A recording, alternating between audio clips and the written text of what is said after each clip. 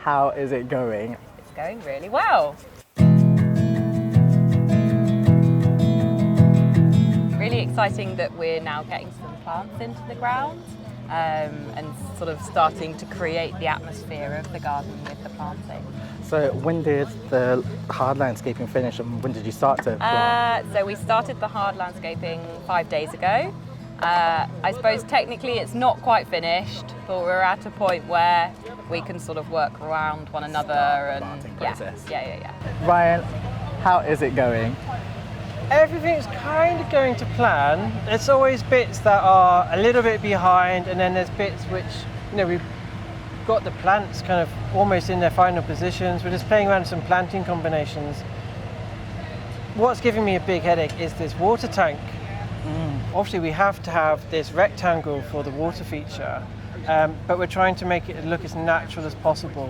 We have to kind of disguise that side with rocks, because that's the side of the garden.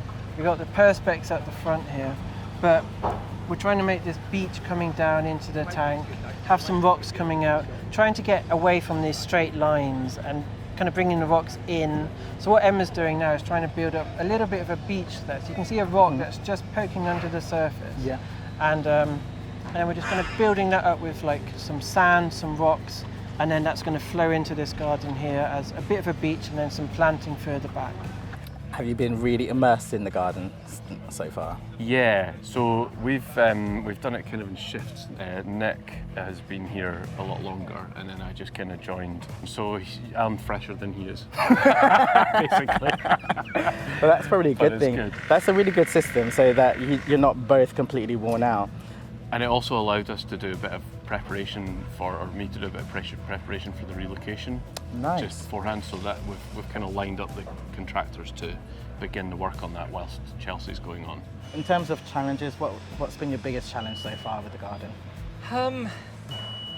It hasn't. Well, it hasn't. Yeah. I mean, this is my 10th time I've done this, so I mean, I've had way worse situations than this.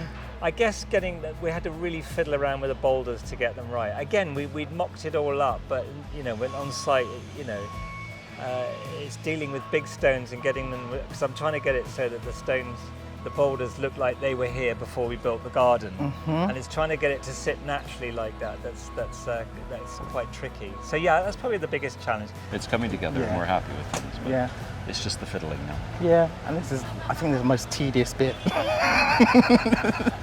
And I often find that it can be so ridiculous. You can be looking at a patch and you just can't see what's wrong with it, and all you do is just turn a pot and you're like, oh, that's all I needed to do. Or put it up on another pot and just get the elevation, and it makes a difference. That is so, Makes a difference. Yeah, it really does. Yeah. And so you're gonna throw in a whole load of compost. You're not going to take them out of pots. They're all going to stay in pots. They're mostly staying in the pots. Some are coming out to fit if they need to. Okay. So squeeze them into between rocks and a hard place. So make them work. Do you have a favourite part of the garden? Well, I love the rill. If we walk, shall we walk up this? Yeah, sure. Walk up this way.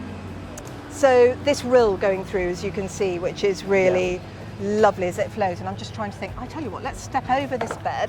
One of my favourite places, actually it's such a good question, because one of my favourite places is an unplanned place.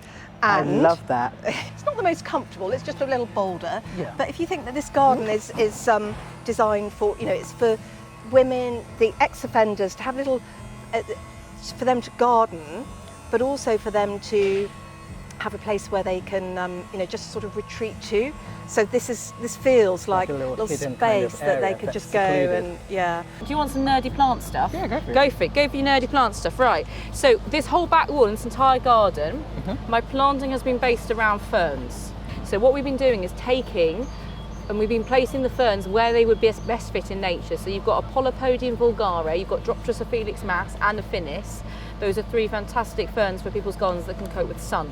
That's why they're at the top. Because everyone thinks ferns can just do shade. But they can't. Some of them can actually tolerate some sun.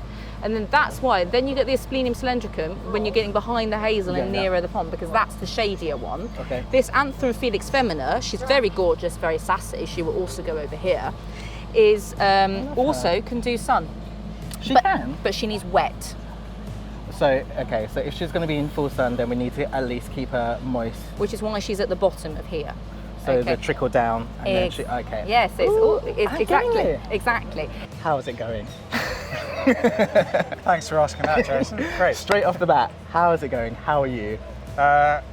I'm really good. I'm so pleased with it. But I've got to say, the garden is looking stunning. This area here, so can you just talk me through this area?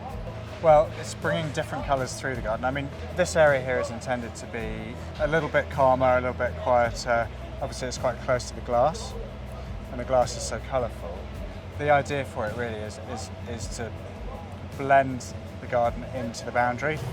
Talk me through the bench, because you were saying earlier that you were struggling a little bit with the colour, and it's now being left in the sun to kind of darken up a little bit. You think when you leave wood in the sun that it would bleach, but with sequoia, apparently it reddens up more.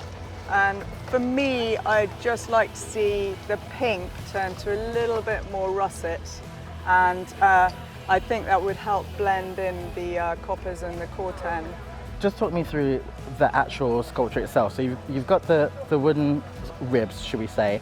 There's soil in there, and then... Yeah, so this isn't all sand, because that would be a Yeah. huge amount. We've backfilled it with excavated material from the side, and then there's a layer about 20 centimetres of sand on top. So that soil is really packed in hard. Okay. The sand is packed in hard. Yeah. And then all the plants are out of their pots, and we hope the plants will start to root into Okay. the sand as well and start to make their homes here. I see. So have you taken, so they're all out of the pots as well? Yeah. Oh wow. So okay, so you've directly planted them in. I'm really excited to see how it goes, and I cannot wait to come back.